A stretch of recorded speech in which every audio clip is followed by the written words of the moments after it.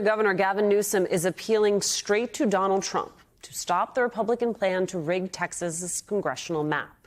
Today, Newsom sent a letter telling Trump he'd prefer to let independent bodies draw congressional districts, not partisan legislatures. But he wrote, California cannot stand idly by as this power grab unfolds. Not sure if that message will land with a president who says the quiet part out loud. I think we get 5. And there could be some other states we're going to get another 3 or 4 or 5 in addition. Texas would be the biggest one, and that'll be 5. Are you calling up for a complete redrawing of the congressional map? No, just a very simple redrawing. We pick up 5 seats. This is obvious, but bears repeating. This is not normal. Joining us now, New York State Senator Andrea Stewart-Cousins. She is the Democratic Legislative Campaign Committee chair. Senator, thank you for joining us at the table. The Democratic Legislative Campaign Committee, the DLCC, has been just very clear about what you all believe the strategy forward is. This is what Heather Williams, who is the president of the org, wrote. Republicans are taking a chainsaw to our democracy, and we must meet their might and fight fire with fire. We cannot allow Republicans to turn every state into a Texas gerrymander. Democrats must use and grow the power we have in state legislatures to level the playing field, shape redistricting, and protect our democracy.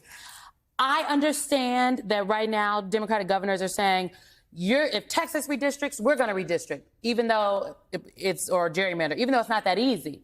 So I think the answer is actually to win more seats. That's because there are thousands of seats up in 26 and thousands more up in 27, which will determine the maps for 30. That is absolutely right. And there is a two-pronged strategy here. Yes, that letter was very, very clear. We're not going to sit back. We're not going to pretend that what's happening is not happening. We understand that there is a power grab going on. These folks are going to try and grab hold of democracy. They're going to try and destroy it. And in order to make sure we preserve democracy, if there are opportunities in democratically led states if they do this, we do that, then we say absolutely do it. But we also know there's a long strategy, there's a long game. And the long game is making sure we are electing Democratic state legislatures. And that's what the DLCC has done. I mean, clearly, the Texas legislators fleeing has really put a spotlight on what this is about. They fled because they are the ones that, if they provide a quorum, will draw the lines that will gerrymander Texas, that will take away seats from black and brown representatives, that will absolutely make a mockery of the Constitution and what this representation is going to be about. So they're fleeing, and they came to New York, and I was happy that the governor was able to host them. But it also reminds people what happens in state legislatures matter. So we need to be able to put resources in state legislatures and make sure that we have democracy with Democratic legislators. Did you talk to the state legislators that came here about not going back, because they do need 100 to have a quorum in Texas? Today they had 97. I know. Last week there was 94. At one point there was 90. People are coming back. Are they scared? What's the conversation? Well, I have not had a conversation about them not coming back. I think it's very clear that people are doing this because they care about the people they represent. They care about our country.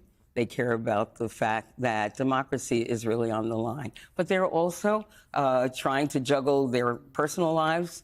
They're trying to figure out how they can keep this protracted position and still be able to meet other obligations. So, you know, I'm sure that everybody knows what's at stake. That's why they left. And I can't second guess them, but I can say that all of us who believe in democracy, have to really pay attention to not only Texas state legislature, every state legislature, and we've got to make sure that the next election cycle and the next election cycle, we are financing those state legislatures who will give us Democratic majorities. Earlier, we were talking about the action we saw out of Washington, D.C. today, the president threatening to take over their police force, to send in the National Guard. And Simone brought up the point that we've heard from a number of Democrats, which is simply that Democrats had a window of opportunity where they could have rewritten a number of rules, whether you were talking about the Supreme Court, whether you were talking about the filibuster.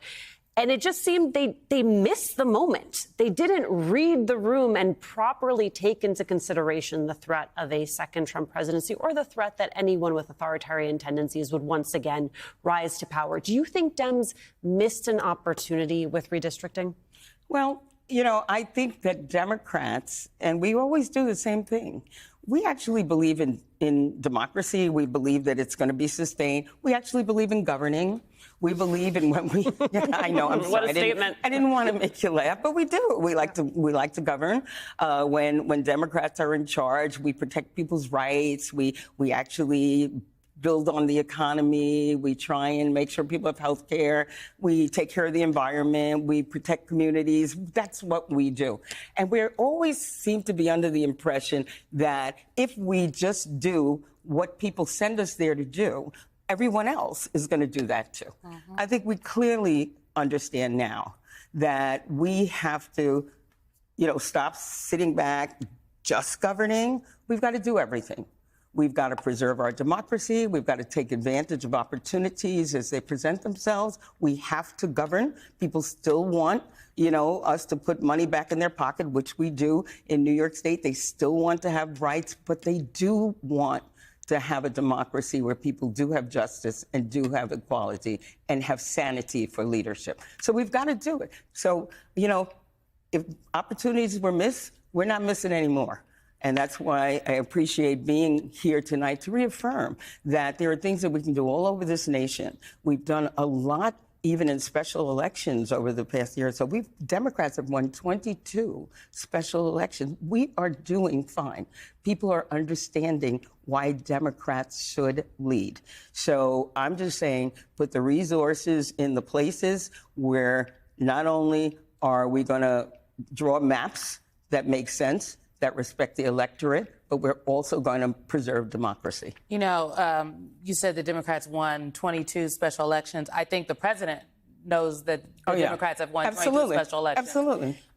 Do you think he's trying to steal the election by having Texas try to draw him 5 more seats? You think he's scared of Democrats being in control of the House of Representatives? We know. I mean, wasn't he the same person that said, all I need is 11,000 more votes? Well, he always thinks he knows what he needs to win.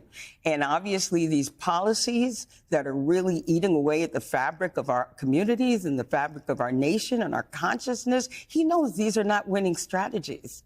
So yeah, he figures I need 5 more here and so more here. But state legislatures, just again, to put this in perspective, but nearly 6,000 state legislators, 300 congressional districts.